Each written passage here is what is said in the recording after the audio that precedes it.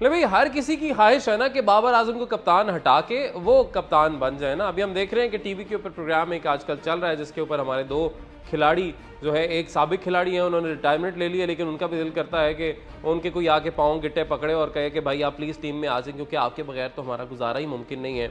और दूसरे वो खिलाड़ी हैं कि दोनों जो हैं वो बाबर के ऐसे लगता है कोई बुग़्ज़ में मुब्तला हैं। मोहम्मद आमिर और इमाद वसीम की मैं बात करूँ, मोहम्मद आमिर जो हैं उनसे ये पूछा गया कि भाई अगर आपको पूछा जाए कि तीनों फॉर्मेट्स का कप्तान किसे होना चाहिए, तब्दील कर दें तीनों फॉर्मेट्स के कप्तान, तो आप किन के नाम लेंगे? तो वो नाम जो उन्होंने लिए वो आपको बताते हैं। बट एक तजवीज़ आई, एक सारिफ ने लिखा नीचे कमेंट्स में कि आप दोनों को चाहिए, जितना आपको शौक़ है आप दोनों को चाहिए कि एक टीम बना लें, ठीक है, उसमें एक ऐसी गली मोहल्ले की टीम बना लें आप, और उसमें इमाद वसीम को जो है कप्तान बना दें और मोहम्मद आमिर को फास्ट बॉलर रख ले और सारे ओवर मोहम्मद आमिर से करवा लें वहाँ पे। अगर 3 से ज़्यादा या 2 से ज़्यादा ये करवा सकें बॉलर अनफिट हुए बगैर, तो मोहम्मद आमिर से आप सारी बॉलें करवा लें, सारे ओवर्स करवा लें। तो ये एक तजवीज़ जो है सारी की तरफ से आई थी। इसके ऊपर अपनी राय आपने ज़रूर देनी है। वो इस वजह से शायद आई थी क्योंकि मोहम्मद आमिर जो है वो अक्सर हम देखते हैं कि इंजरी का शिकार रहते हैं, और लीग्स में भी हमने देखा है, लास्ट जो हमने लीग देखी उनकी उसमें भी वो अनफिट हो गए थे। हालांकि 4 ओवर्स करवाने होते हैं T20 में, लेकिन वो भी करवाना अब काफ़ी मुश्किल दिखाई दे रहा है मोहम्मद आमिर के लिए। बहरहाल उनको पूछा गया कि जी अब कप्तान आपने बनाने हैं 3। ये कप्तान का पूछा, पहली तो बात पूछा किससे जा रहा है, देखिए कि मोहम्मद आमिर बताएंगे कप्तान किसको होना चाहिए। हाँ, एज अ बॉलर मैं उनकी जो करियर रहा है मोहम्मद आमिर का, उसका मैं मुअत्तरिफ हूँ, मैं पहले ही आपको बता दूँ। मूविंग फॉरवर्ड 3 कप्तानों के नाम जो है, ODI का, T20 का और टेस्ट का। तो उन्होंने सबसे पहले तो ये कहा कि जो T20 का कप्तान होना चाहिए वो होना चाहिए इनको से मुराद उनका था जी मेरे भाई जो इमाद वसीम, जिनके साथ मैं रोज, वही मैंने कहा ना कि इनका दिल करता है कि ये बस एक दूसरे को ही बस कुछ कर दें, दोनों एक टीम बना लें। यार एक टीम क्यों बनानी है, दोनों एक टीम बनाएं और उसमें एक दूसरे को कप्तान लगा लें। अच्छा, फिर उनसे पूछा गया कि T20 के बाद आप बताएं, कि वो तो इमाद वसीम हो गए, दूसरा कप्तान ODI का आपने बताना है। तो वो उन्होंने बताया जी कि ODI के लिए शान मसूद को जो है होना चाहिए कप्तान ODI का। आप शान मसूद की ODI की परफॉर्मेंस उठा के देखिए, शान मसूद को एज एन एथलीट मैं बहुत पसंद करता हूँ। उनकी बहुत डिसेंट इंसान है, पढ़े लिखे बहुत हैं, उनकी कम्युनिकेशन स्किल्स बहुत अच्छे हैं। ये मेरा उनके हवाले से एनालिसिस है। बट बाकी चीज़ों के साथ साथ आपको परफॉर्मेंस को भी ज़ाहिर है फिर मद्देनज़र रखना होता है। हाँ, ये हो सकता है कि वो एज ए टीम लीडर अच्छे साबित हों। फिर उन्होंने तीसरी बात की टेस्ट के हवाले से, उन्होंने कहा जी कि 2 साल बाकी हैं सरफराज अहमद के, सैफ़ी भाई के, तो उनको टेस्ट का कप्तान आपको लगा देना चाहिए सरफराज अहमद को, और साथ ही साथ एक वाइस कैप्टन आप रखें जो कि सीख सके सरफराज अहमद से। तो ये उनकी तजवीज़ थी टेस्ट के हवाले से। अच्छा, मुझे ज़ाती तौर पे ऐसा लगता है कि 2 साल जिनके बाकी हैं उनको तो आप फिर देख लेना कि आपने जो कर लिया ठीक है, जो फैसले करे थे वो कर चुके हैं। मुझे ज़ाती तौर पे ये लगता है कि अगर टेस्ट का कप्तान किसी को होना चाहिए तो वो शान मसूद को होना चाहिए, ODI का नहीं। हाँ, ODI की कप्तानी की अगर बात की जाए तो ODI के अभी कप्तान, अच्छा ये तीनों में आप देखें कि बाबर आजम का नाम कहीं पर नहीं आया। और उन्होंने कहा जी हाँ, अगर हमने पूरी रिजीम ही चेंज करनी है तो भाई हमें पता है कि रिजीम चेंज ऑपरेशन यहाँ पर भी चल रहा है, कि ऑपरेशन पहले हुआ रिजीम चेंज का मुल्की सियासत में। अब हमारी जो पाकिस्तान क्रिकेट बोर्ड है उसमें भी रिजीम चेंज जो है, ऑपरेशन रिजीम चेंज जिसका आपने जिक्र भी कर दिया, वो चल रहा है। इस वक्त सब जो है वो पड़े हुए हैं बाबर आजम की। चाहे बड़ी दिलचस्प सूरत हाल यहाँ पे पैदा होगी भाई। वहाँ पे एक ऑडियंस में एक बंदा बैठा हुआ था और वो जो लड़का था, भाई क्या सोच के सवाल करते हो यार, कहाँ से लाते हो, बड़े ज़बरदस्त सवाल कर लेते हो।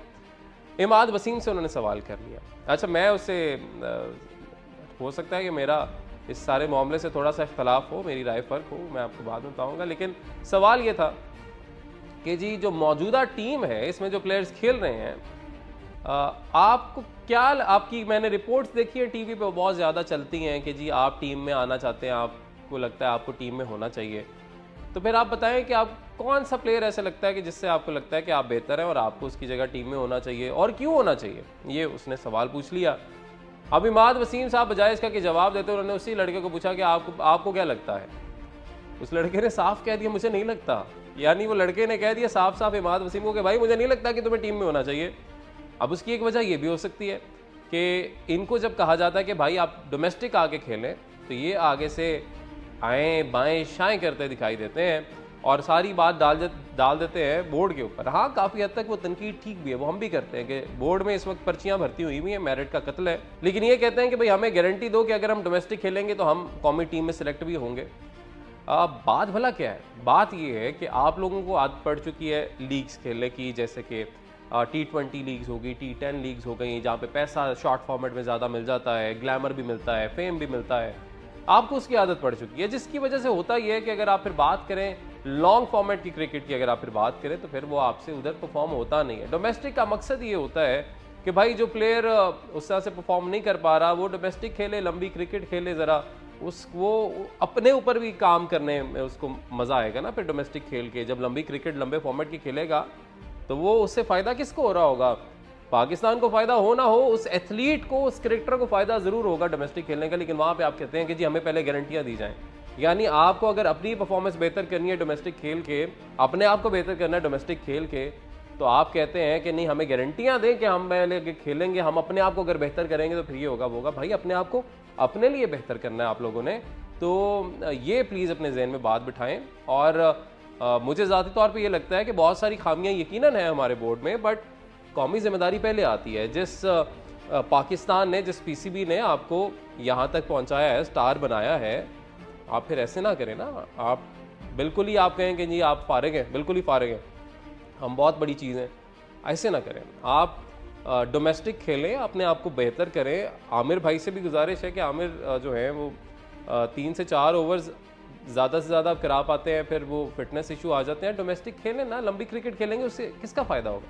उससे आपको फ़ायदा होगा। चलें आप टीम में अगर नहीं भी खेलते हैं तो आप बाकी जो लीग्स खेलेंगे वहाँ पे आपकी परफॉर्मेंस बहुत पहले अभी भी बड़ी अच्छी होती है, यकीनन बहुत अच्छी होती है। हाँ, पहले जैसी नहीं होती जो हम आमिर देखते थे एक टाइम पे।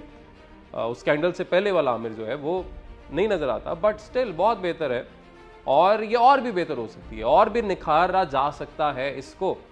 लेकिन सूरत हाल जो है वो सबके सामने है कि सारे ये भी यहाँ पे बैठ के टीवी पे लगे होते हैं, एक जनाब ARY पे कुछ बैठ के लगे होते हैं।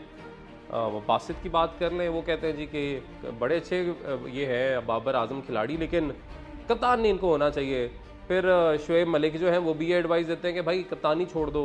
कामरान अकमल हर वक्त कहते रहते कप्तानी छोड़ दो। फिर उनके ये तो अगल बगल वाले हैं ना, फिर जो शाहीन मेरे मुंह से नाम निकल के, जो शाहिद आफरीदी हैं, वो कहते हैं कि भाई बहुत मौका दे दिया। एक तरफ वो ये बात करते हैं कि बहुत मौका दे दिया, दूसरी तरफ वो कहते हैं जी कि ऑस्ट्रेलिया की जो सीरीज़ है उसमें बाबर आजम के कप्तान होते हैं। भाई ये दोगलापन या तो ख़त्म करें या तो एक बात करें और फिर एक नाम दें।